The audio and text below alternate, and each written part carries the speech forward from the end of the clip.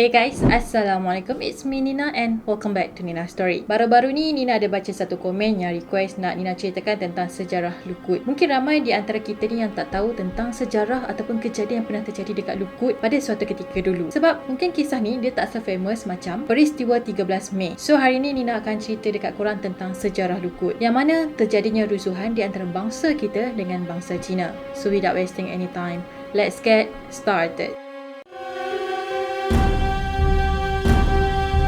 Pada awal abad ke-19, Lukut telah dibuka oleh kerabat diraja Selangor. Kalau Lukut sekarang ni dia berada dekat daerah Port Dickson Negeri Sembilan. Tapi dulu pada abad ke-19, dia adalah sebahagian daripada wilayah Selangor. Pada awal dulu, penduduk Lukut ni adalah orang laut yang menjalani kehidupan sebagai seorang nelayan dan juga petani. Dan kawasan Lukut ni memang tersangatlah kaya dengan hasil biji timah. Jadi ramailah pelombong yang datang ke sini untuk melombong biji timah. Jadi ada seorang raja Selangor yang bernama Raja Hassan, ataupun nama famous dia sebagai Raja Busu, yang telah datang terus ke Lukut pada tahun 1815. Jadi sejak daripada tu, Raja Busu telah bergiat aktif dalam aktiviti melombong. Lepas tu segala hasil biji timah tadi akan menjadi milik Raja Busu tanpa sebarang cukai. Pada masa ni dah ramai pelombong-pelombong Cina yang datang ke Lukut. Diorang datang pun sebabnya dibawa sendiri oleh Raja Busu. Jadi jumlah penduduk dekat Lukut tu makin lama makin bertambah sampailah 1000 penduduk. Sebahagian daripada jumlah 1000 penduduk tu, sebanyak 200 orang adalah berbangsa Cina. Dikatakan pada masa tu orang Melayu telah menjadi penguasa lombong, manakala orang Cina pula hanya pekerja biasa ataupun pekerja bawahan. So segala hasil cukai biji timah tadi akan diberi kepada Raja Busu. Bila pekerja dekat lombong biji timah ni makin bertambah, hasil biji timah pun semakin meningkat. Kemudian Raja Busu telah menaikkan harga cukai tadi menjadi 10%, iaitu pada tahun 1834. Jadi cukai-cukai tadi tu akan dikenakan ke atas biji timah yang dieksport keluar dari Lukut. Disebabkan kenaikan harga cukai ni, ramai pelombong dan juga peniaga Cina jadi marah sebab diorang rasa kenaikan harga cukai tu terlalu mahal. Pada satu malam pada bulan September tahun 1834, pelombong dan juga peniaga Cina ni telah datang berjumpa dengan Raja Busu. Sebelum diorang datang ke istana Raja Busu, diorang dah plan rapi dah, diorang dah plan cantik dah. Dan plan diorang ni tak ada satu bangsa Melayu pun yang tahu apa yang diorang akan buat. Diorang datang ke istana Raja Busu nak berjumpa dengan dia sebabnya nak bincang tentang kenaikan harga cukai. Diorang nak protes. Jadi bila diorang dah sampai dekat istana Raja Busu, diorang nampak ada banyak timbunan biji timah dekat kawasan istana dia. Jadi mula dari sini diorang dah segeram dan diorang pun mula bertengkar dengan Raja Busu. Diorang pun paksa Raja Busu untuk keluar dari istana dia, dan kalau Raja Busu tak nak keluar, diorang akan bakar istana Raja Busu. Jadi Raja Busu pun balas macam ni. Dia kata orang Islam tak takut mati, jadi buatlah apa yang kamu suka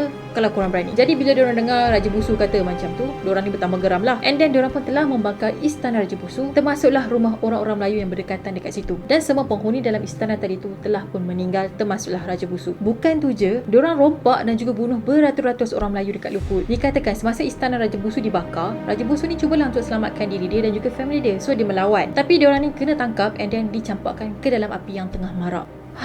Ya Allah, Nina terbayang macam mana suasana tu kan, huru-hara dengan api. Lepas tu kan campak lah api. Ya Allah, mesti dia menjahit mereka. Dia baru sakit kan. Scary. Jadi hasil daripada rompakan tu, bangsa Cina yang memberontak tadi, diorang dapat untung hampir 3,500 pound, termasuklah barang perhiasan daripada China dan juga emas permata. Manakala orang Melayu yang terselamat dari kejadian tu, diorang pun berlarilah ke arah daerah yang berdekatan. Jadi bila diorang sampai dekat sana, diorang pun bukalah cerita tentang apa yang terjadi kepada diorang dan apa yang terjadi dekat Raja Busu. Diorang pun ceritalah istana Raja Busu dibakar dan Raja Busu serta satu keluarga dia telah dicampakkan ke dalam api. Bila orang-orang Melayu dengar Sultan kita telah dibakar, jadi diorang rasa sangatlah marah pada masa tu. Jadi diorang pun berkumpul untuk membalas dendam. Bila orang Melayu datang membalas dendam, Cina-Cina yang buat hal tadi tu pun larikan diri ke Melaka. Tapi pada masa tu diorang ni kena serang hendap dengan orang kita. Sebabnya pada masa tu orang Melayu dah pun kepung jalan keluar dari Lukut. So bila Cina tu lari keluar, diorang dah kepung and then diorang bunuhlah. Kesan dari serangan orang Melayu tadi, banyak kampung-kampung dan juga pelombongan milik orang Cina telah ditinggalkan. Orang Cina pada masa tu memang dah tak berani jejak lagi dah kat Lukut. Diorang memang dah takut. Dan pada masa tu Lukut memang dah huru-hara guys. Sebab kehilangan Raja Busu tadi memang memberi kesan yang sangat besar bagi negeri Selangor. Sebab Raja Busu memang jadi kesayangan orang Melayu dan dia dihormati, terutamanya yang tinggal dekat Lukut. Pada tahun 1840, Raja Jumaat pun menggantikanlah Raja Busu dan dia pun tinggal dekat Lukut. Pada masa ni ramai saudagar daripada Eropah dan juga China yang telah terlibat dengan perniagaan biji timah. Kemudian Lukut semakin membangun dan pada masa inilah kegemilangan Lukut. Raja Jumaat kemudian telah diberikan kuasa untuk memerintah Lukut dan dia juga telah dilantik sebagai penasihat keluarga Kesultanan Selangor yang bergelar sebagai Raja Tua. Selama dia memerintah Lukut, Raja Jumaat telah membina kota Lukut yang mempunyai lebar 607 kaki dan panjang 505 kaki. Lepas tu ada parit sedalam 15 kaki di sekeliling kubu tadi. Dikatakan kota tadi tu telah dibina oleh para banduan. Bukan tu je, sekeliling kota Lukut tadi dia letak meriam untuk elak kota Lukut tadi kena serang dengan musuh. Jadi meriam-meriam tadi tu dia beli dari pihak Belanda yang berada dekat Melaka masa tu. Disebabkan kecekapan dan kepintaran Raja Jumaat mentadbir Lukut, dia memang dihormatilah oleh penjajah British. Sebab Raja Jumaat memang tahu macam mana nak mentadbir sesebuah kerajaan, menjamin keselamatan ekonomi dan juga keselamatan harta benda. Selain tu, Raja Jumaat juga telah menubuhkan pasukan polis dari keturunan Arab. Lepas tu, tentera-tentera Raja Jumaat ni pula masing-masing ada kuda sendiri. Tujuan dia tubuhkan anggota polis tadi adalah untuk menjaga keselamatan para pelombong dan juga kerabat-kerabat diraja. Selain tu, Raja Jumaat juga telah mencipta undang-undang khas untuk orang yang melakukan zina. Jadi siapa yang bersalah akan dicampakkan ke dalam perigi yang beracun, dipancung ataupun kena jerut. Makin meningkat tahun, Lukut semakin maju dan stabil. Sebanyak 40 buah kedai telah dibina dan kebanyakan Cina Hailam yang memiliki kedai tadi. Cina Hailam tu bermaksud dia Cina yang berketurunan Hailam. Bukan dia pandai buat mi Hailam tau. Jadi kegiatan Cina Hailam dulu ni diorang buka kedai kopi dan juga kedai judi. Raja Jumaat juga telah memperoleh pendapatan sebanyak 10,000 sebulan. Jadi hasil duit daripada pendapatan tadi tu, dia telah bina jalan raya yang lagi moden dan membina pasukan polis sendiri. Semasa pemerintahan Raja Jumaat ni, ramai orang Cina percayakan Raja Jumaat. Tak lama lepas tu, semasa Lukut ni dah membangun, dah berjaya, dan pada masa ni muncullah beberapa ahli kongsi gelap. Jadi kongsi gelap yang muncul pada masa tu adalah Tian Ti Hui. So kedatangan orang-orang Cina ke Lukut pada masa tu memang tak boleh berpisah dengan kegiatan kongsi gelap. Kemudian pada tahun 1864, akhirnya Raja Jumaat telah pun meninggal dan kemudiannya telah digantikan dengan Raja Bot, iaitu anak dia sendiri. So Raja Bot lah yang meneruskan legasi pemerintahan dekat Lukut. Raja Bot juga telah menambah 30 orang Arab sebagai anggota polis. Lepas tu orang-orang Arab yang menjadi polis dekat Lukut ni telah menetap dekat sana dan berkahwin dengan orang tempatan. Tapi disebabkan Raja Bot ni dia taklah secekap ayah dia, jadi makin lama Lukut ni jadi semakin mundur dan akhirnya ditinggalkan macam tu je. So daripada abad ke-18 yang mana terjadinya rusuhan dekat Lukut, iaitu kejatuhan Lukut, kemudian bangkit semula pada abad ke-19. Disebabkan Raja Jumaat tadi mentadbir Lukut dengan baik, akhirnya Lukut telah menjadi pusat perdagangan yang terkenal pada abad tu. Tapi disebabkan beberapa kesalahan, beberapa kecuaian dalam mentadbir, akhirnya kegemilangan Lukut berakhir macam tu je.